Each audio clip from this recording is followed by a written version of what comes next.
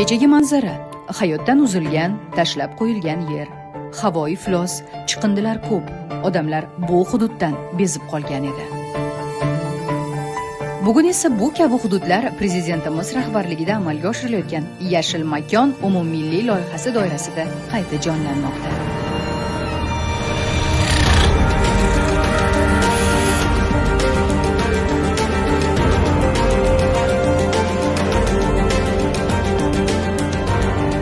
O'tgan 3 yilda yurtimiz bo'ylab 734 milliondan ortiq ko'chat ekildi. Har bir ekilgan daraxt bu hayotga qo'shilgan nafas.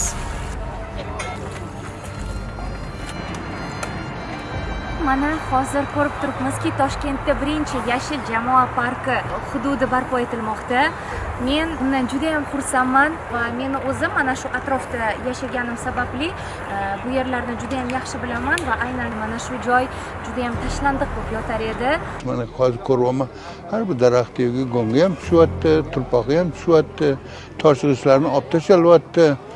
Mana shunday juda yaxshi ishlar bo'lyapti.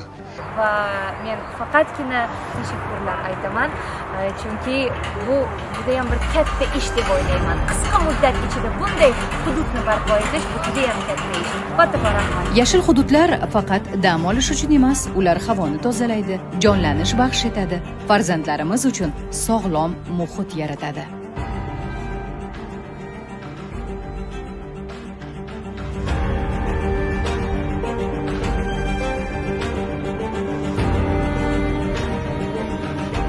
Endilikda daraxt kesish emas, balki uni ekish, asrash, parvarishlash qadriyatga aylanmoqda.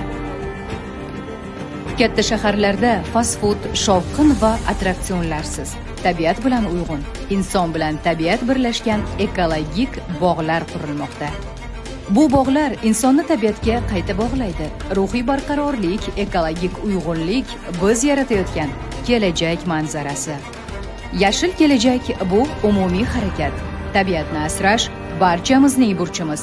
Birgalikda bog' yaratish. Ona tabiatni birgalikda asrash vaqti keldi.